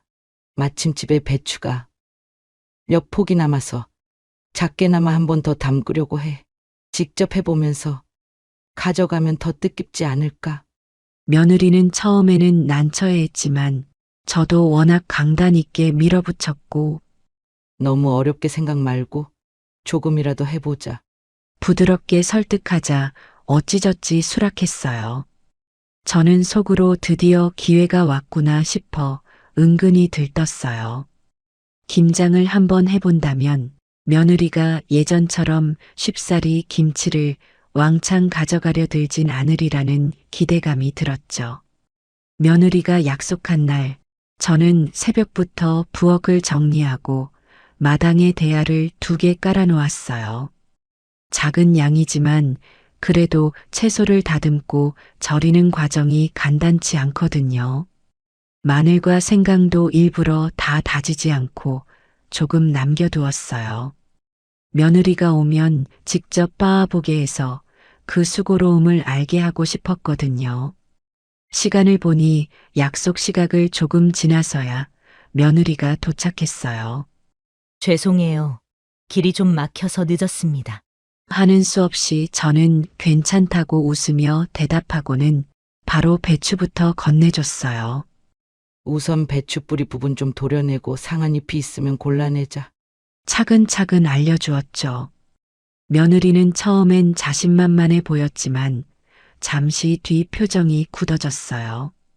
계속 배추를 들고 칼을 움직여야 하는 데다가 잘못하면 배추가 망가질 수도 있으니 긴장되는 거예요. 그렇게 한 시간을 꼬박 보내니 며느리 이마에 땀이 송글송글 맺혔어요. 며느리는 헛웃음을 지으며 말했죠. 아니, 이게 생각보다 훨씬 힘드네요. 그제야 저는 속으로 드디어 조금이나마 깨닫는구나 하고 생각했어요. 배추 손질이 끝나면 소금에 절이는 작업을 해야 하고 그 사이 재료 손질도 해야 하니까요. 쉬울 리가 없죠. 저는 곁에서 물 한 잔을 건네며 며느리를 달랬어요. 이렇게 수고롭게 담가야 겨울에 맛있는 김치를 먹을 수 있다는 거지. 이윽고 배추 절이는 단계에 들어갔어요. 큰 그릇에 물을 받아놓고 소금을 적당한 양으로 뿌려주어야 하는데 이것도 손이 많이 가요. 얼마나 넣어야 적당하죠? 며느리는 물었지만 저 역시 정확한 레시피보다는 오랜 경험에서 오는 감각으로 판단하니 말로 설명하기가 쉽지 않답니다. 직접 조금씩 뿌려보며 감 잡아봐라. 며느리는 무작정 소금을 왕창 쏟다가 배추잎 위에 한 덩어리가 내려앉아 화들짝 놀라서 다시 소금을 걷어내기도 했어요. 그 모습을 보니 예전 초보 시절 저를 보는 것 같아 웃음이 났어요. 그렇게 배추를 절이는 동안 며느리는 옆에 놓인 마늘, 생강, 무 같은 재료들을 다듬었어요. 제가 미리 다 손질해 두지 않은 이유가 바로 이때 빛을 발했죠. 어머니, 이거 다 해야 해요? 며느리는 난감해했지만 실제 김장에서는 이것보다 훨씬 많은 양을 하루 종일 다듬어야 한다고 말해줬어요. 그러자 며느리는 연신 감탄을 하며 칼을 열심히 움직였어요. 하루 이틀이 아니라 몇 년 동안 이 수고로운 과정을 매년 해왔다는 사실에 이제야 제게 고개가 숙여졌는지 말수가 줄더군요. 점심때가 되자 저는 잠시 부엌에 들어가 간단한 국과 반찬을 준비해 며느리와 함께 먹었어요. 허기를 달래고 나니 며느리도 다시 기운을 차린 모양이었어요. 마당에 나가 며칠 전에 절여둔 다른 채소들과 함께 양념을 만들기 시작했죠. 고춧가루를 대야에 적당히 덜어넣고 새우젓과 멸치액젓 그리고 미리 다진 마늘과 생강을 조금씩 섞어봤어요. 중간중간 맛을 봐가면서 짠지 매운지 확인해야 한다. 며느리는 고무장갑을 끼고 양념을 버무리다가 눈을 크게 뜨고 놀라더라고요. 맵네요. 저는 웃으며 장난스럽게 받아쳤어요. 김치는 이렇게 칼칼해야 제맛 아니겠니? 그런데 생각보다 매운 기운이 강했는지 며느리가 물을 벌컥벌컥 마시는 걸 보니 조금 미안한 마음도 들었어요. 그래도 이 과정을 겪어봐야 이게 쉬운 일이 아니구나 하고 온몸으로 느낄 테니 저는 쓴웃음을 지으며 지켜봤답니다. 그렇게 양념이 어느 정도 완성되면 절인 배추를 하나씩 꺼내 속을 채워 넣어야 해요. 이 작업이 사실 김장 중에서도 가장 품이 많이 들어요. 배추 겉잎과 속잎을 한 장씩 넘기면서 양념을 고루 펴 발라줘야 하거든요. 조금만 신경을 덜 쓰면 어떤 부분은 양념이 뭉치고 다른 부분은 아예 닿지 않아서 맛이 고르지 않게 됩니다. 저는 시범을 보이기 위해 배추 한 포기를 손에 들고 잎 사이사이에 양념을 바르는 모습을 천천히 보여줬어요. 며느리는 그걸 유심히 지켜보더니 이내 스스로 포기를 들어 시도해 봤어요. 어느 순간부터는 등에 땀이 송글송글 맺히고 숨소리가 거칠어졌지만 잠자코 집중해서 하더군요. 해질녘 무렵이 되어서야 작은 양의 김치를 다 담글 수 있었어요. 이제 거의 끝났으니 배추 한 포기만 잘라서 조금 맛보자. 며느리도 궁금해하길래 칼로 배추 한쪽을 잘게 썰어서 접시에 옮겨 담아 같이 시식해 봤죠. 아무래도 방금 담근 거라 양념이 잘 배지는 않았고 배추 본연의 아삭함과 매운맛이 그대로 느껴졌지만 오히려 그 매력이 있었어요. 오, 이 정도면 나중에 익었을 때 정말 맛있겠네요. 며느리는 눈을 반짝이며 그렇게 말했고 저는 속으로 생각했어요. 그래, 이제 조금은 알았겠지. 이 김치가 그냥 만들어지는 게 아니라는 걸. 곧 며느리가 수고했다며 허리를 펴고 한참 쉬고 싶다는 표정을 지었어요. 저는 웃으며 장갑을 벗고 손을 씻으며 말했죠. 많이 힘들었지? 근데 이게 양이 큰 김장일 때는 배추가 몇십 포기가 아니라 몇백 포기도 하곤 해. 그 과정을 매년 반복해야 온 식구가 겨울을 편히 보낸단다. 며느리는 고개를 끄덕이더니 이내 표정이 숙연해졌어요. 그리고 제게 조용히 말했어요. 정말 매년 이렇게 하셨다는 게 믿어지지 않아요. 저도 이제 조금씩이라도 도울 테니 너무 무리하지 마세요. 그 한마디가 제 마음에 큰 위안이 됐어요. 사실 저는 김장 도와주는 사람이 당장 필요하다는 생각보다는 적어도 이 수고에 대한 이해는 해주면 좋겠다는 바람이 더 컸거든요. 이제 며느리가 직접 경험해보니 생각 없이 김치 좀 주세요 할 때와는 전혀 다른 마음을 갖게 될 거라고 믿었죠. 며느리는 집에 갈 때 그날 담근 김치를 조금 챙겨갔어요. 예전 같으면 호기롭게 왕창 가져갔을 텐데 이번에는 오히려 조심스러워하면서 이 정도면 되겠죠? 하고 의논하는 모습이 귀엽기도 하고 기특하기도 했어요. 그래, 얼마든지 가져가라. 저는 방긋 웃었답니다. 힘들다는 걸 몸소 겪어보니 이전처럼 무작정 큰 통에 담아가는 일은 못하겠던 모양이에요. 며칠 후 가족들이 모이는 자리에서 며느리는 은근히 이번 김장 체험을 자랑하듯 이야기했어요. 이번에 어머니랑 같이 배추 손질부터 절이는 것까지 해봤는데 진짜 어깨랑 허리가 엄청 아프더라고요. 그래서 그런지 김치가 훨씬 소중하게 느껴져요. 이런 식이었죠. 주변 사람들도 호응해 주었어요. 그래도 직접 해봤다니 대단하다. 저는 그 대화를 들으며 흐뭇했어요. 마치 자녀가 시험에서 좋은 성적을 거둔 걸 본 부모의 기분이랄까요? 며느리가 그 과정을 몸으로 겪은 뒤에는 김치를 대하는 태도가 아주 달라졌거든요. 이후로 며느리는 한 번씩 문자를 보내 묻곤 해요. 김치 잘 익고 있나요? 배추가 올해는 어떤가요? 처음엔 조금 의아했어요. 그런데 생각해보니 김장이 어떤 식으로 진행되는지 어느 정도 알고 나니 궁금해질 만도 하죠. 저는 그럴 때마다 자세히 설명해주고 답장을 해요. 조금 더 익으면 보내줄 테니 맛보고 평가해봐. 그러면 며느리는 화답하더군요. 네, 고맙습니다. 다음에는 저도 좀 더 도울게요.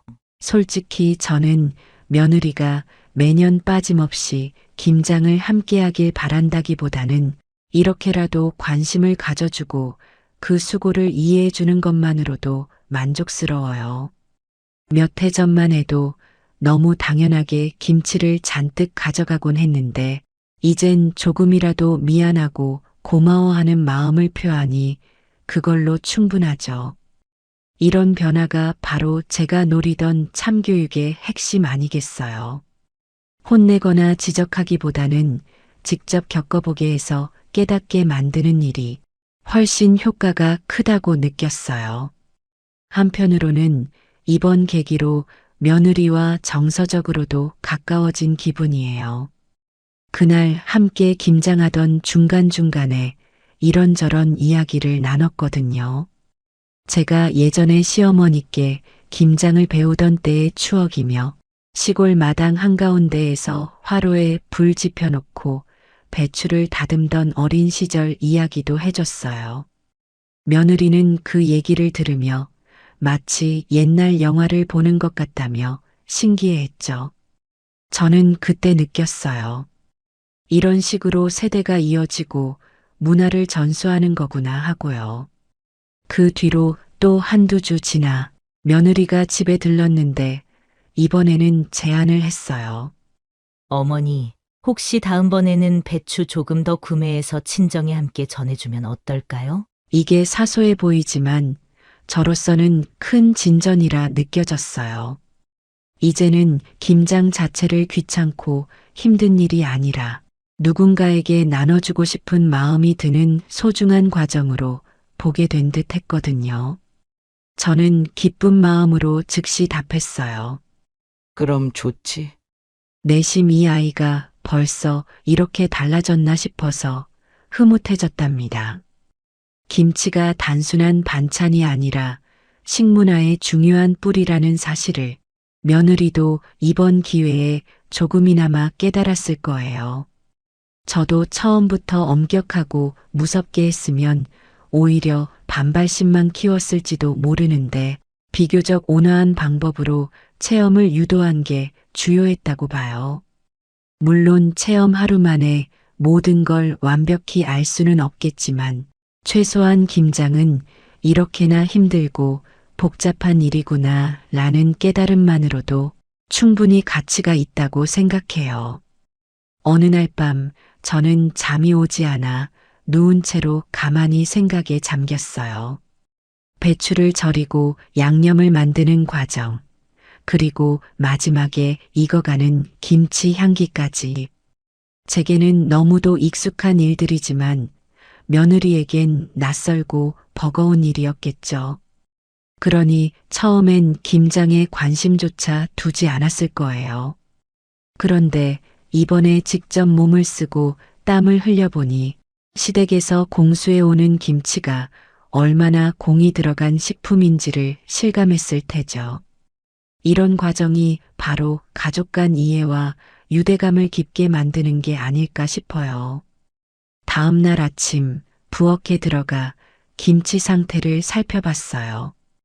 통 하나를 열어봤더니 배추 겉부분이 이미 빨갛게 물들어 있었고 국물에서도 새콤하면서 알싸한 내음이 풍기더군요.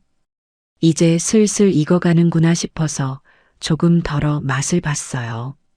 아직은 덜 숙성됐지만 그 나름대로 맛있었어요.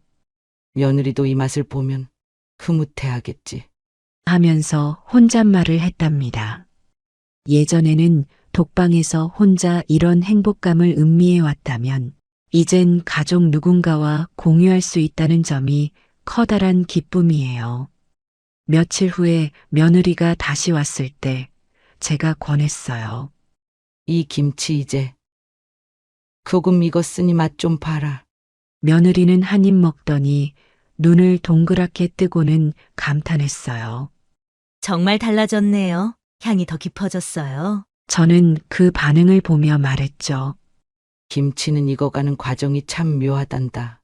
시간이 들어가야 비로소 완성되는 식품이니까. 그러자 며느리는 고개를 끄덕이며 답했어요. 그날 땀 흘린 기억이 있어서 그런지 먹는 맛이 배가 되는 느낌이에요. 이 한마디가 제게는 사이다처럼 시원하게 들렸어요.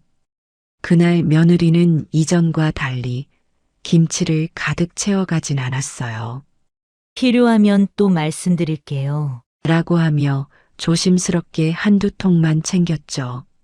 바쁜데도 왔으니 많이 가져가라. 저는 오히려 권했지만 며느리는 웃었어요.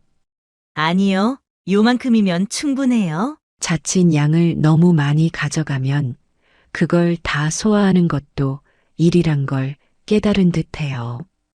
예전 같으면 많으면 많을수록 좋지 했을 텐데 실감이 생기니 생각이 달라졌구나 싶었죠. 결국 올해 김장은 예상 밖으로 며느리의 작은 참여 덕에 저에게도 좋은 기억이 되었어요. 처음부터 끝까지 함께하진 않았어도 중간이라도 체험해 보니 서로 이해의 폭이 넓어지는 걸 느꼈거든요. 저는 오히려 매년 해야 하는 이 힘든 행사에 활력소가 생겼다고 생각해요. 누군가와 땀 흘려 일하면서 대화를 나누는 시간이 몸은 힘들어도 마음 한구석을 포근하게 만들었죠. 며느리 역시 이번 일을 계기로 김치는 그냥 슈퍼에서 사오는 음식과 다르다는 사실을 제대로 알았다고 해요. 그리고 말했어요.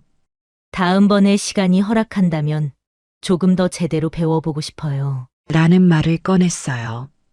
저는 속으로 이보다 더한 사이다 결말이 있을까 싶어서 미소가 절로 났답니다. 사실 저도 해마다 혼자 하다 보니 슬슬 지쳐가고 있었는데 좋은 조수 하나 구한 기분이 들었어요. 물론 강제할 마음은 없지만 적어도 김장이라는 걸 무시하지 않고 귀하게 생각해 준다면 그걸로도 만족스러워요. 그래서 한 번은 며느리에게 말했어요. 나중에 너가 주도해서 김장을 해본다면 난 옆에서 서포트만 할게. 며느리는 웃으면서도 한편으로 겁이 나는지 이렇게 말하더군요. 아직은 제가 주도하긴 어렵지만 언젠간 해보고 싶어요. 저는 그래, 그 마음이면 언젠간 가능하지 않을까 하고 생각했어요. 한번 땀을 흘려본 사람이라면 어느 정도 시간이 흐른 뒤엔 좀 더 과감하게 도전할 수도 있겠지요. 이렇듯 김장 담글 때 콧배기도 안 보이던 며느리는 김치 싹쓸이만 하려던 과거의 모습에서 벗어나 한 번의 체험을 통해 많은 걸 달라지게 만들었어요. 저는 이 과정을 진정한 의미의 참교육이라고 생각해요. 그냥 혼을 내거나 잔소리를 해서 말로만 그러면 안 된다 했으면 그저 으르렁거리다 끝났을 수도 있잖아요. 그런데 힘들다고 소문난 김장판에 직접 뛰어들어 보니 스스로 이걸 이렇게 쉽사리 달라고 할 일은 아니구나 하고 느낀 거죠. 그 후로 우리 시어머니 김장은 정말 대단하다는 말을 주변에 많이 하고 다닌다는 얘기를 다른 사람에게 전해 들었어요. 저로서는 뿌듯하면서도 이렇게나마 내 마음을 알아주다니. 제대로 된 교육을 한 셈이군. 하고 혼잣말을 했답니다. 냉장고에 가득 들어있는 김치통들을 보면 이 모든 일들이 떠올라서 기분이 한결 상쾌해지곤 해요.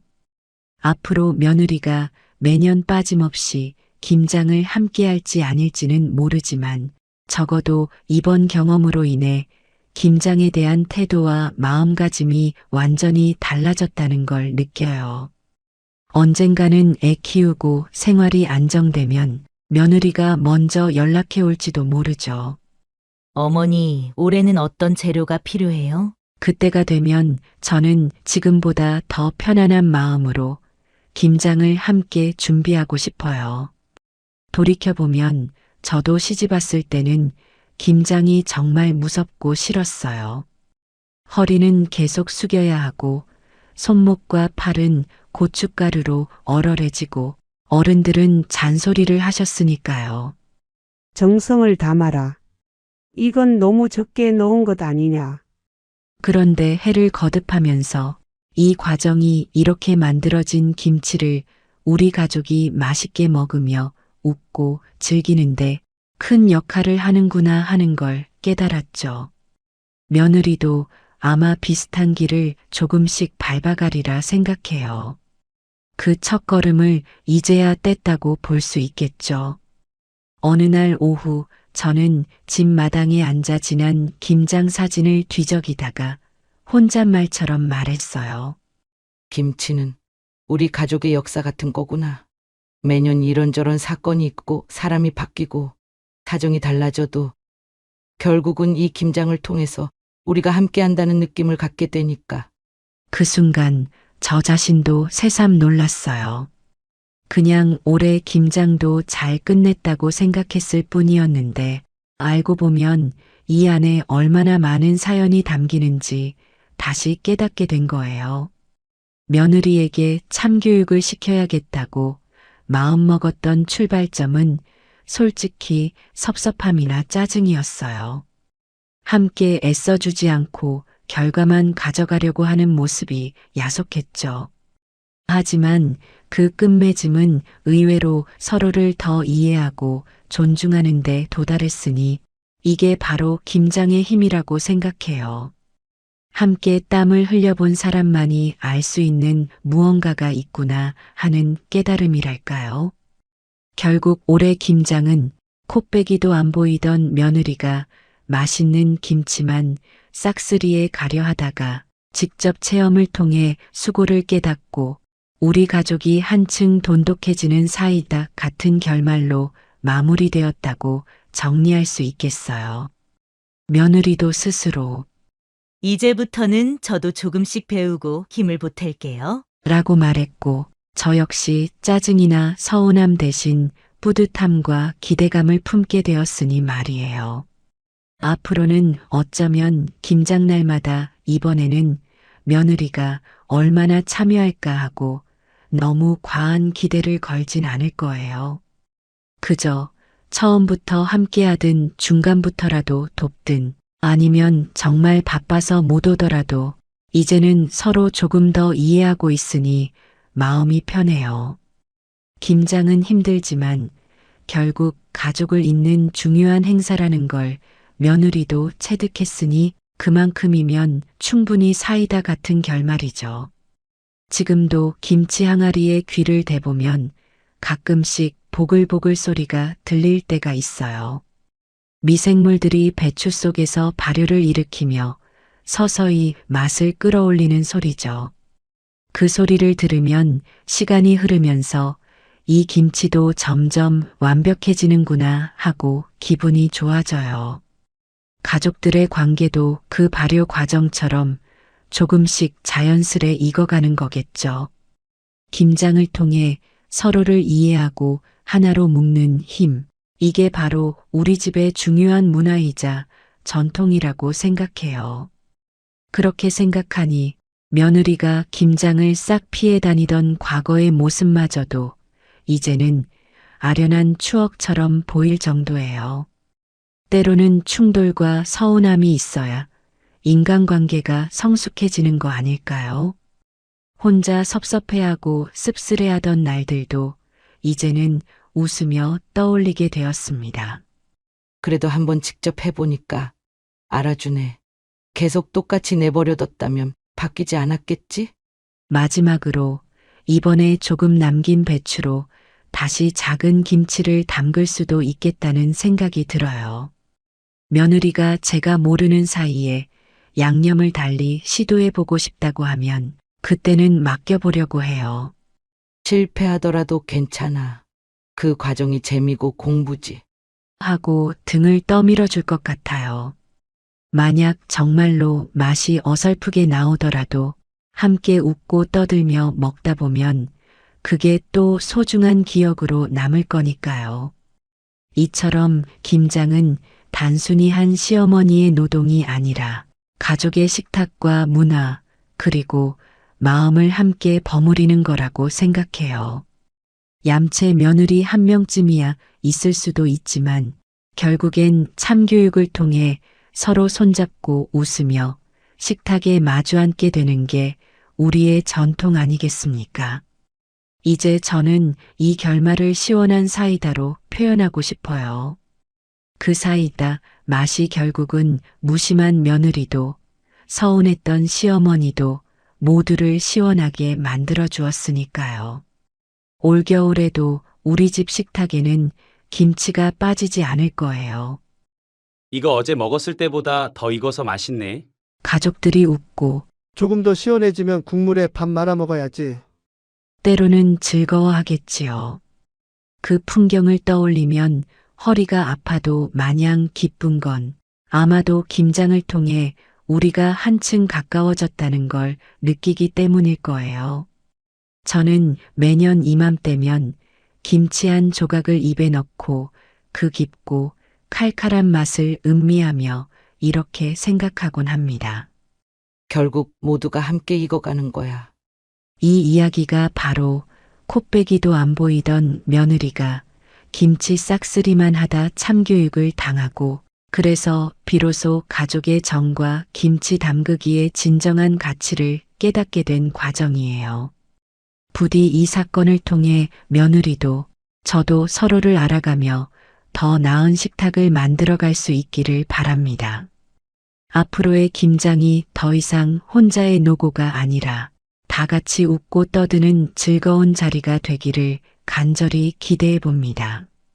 그렇게 바라는 것만으로도 벌써부터 마음 한구석이 따뜻해지는 걸 느껴요. 결국 사이다 같은 마무리란 바로 이런 게 아닐까요? 얄미운 상황도 섭섭함도 분노도 그 모든 것을 직접 체험과 이해로 바꿔내는 기적 같은 힘. 김장판에서 땀 흘려본 사람이라면 누구나 느낄 수 있는 그 특별한 감정이 우리 가족을 하나로 엮어주었다고 확신해요. 올해 고생했으니 내년엔 더 수월해지겠지 하고 기대해보며 저는 오늘도 잘 익어가고 있는 김치를 한 번씩 살펴봅니다. 그 익어가는 소리가 가족의 웃음소리처럼 들리는 듯한 이 순간이 제게는 무엇과도 바꿀 수 없는 행복이랍니다.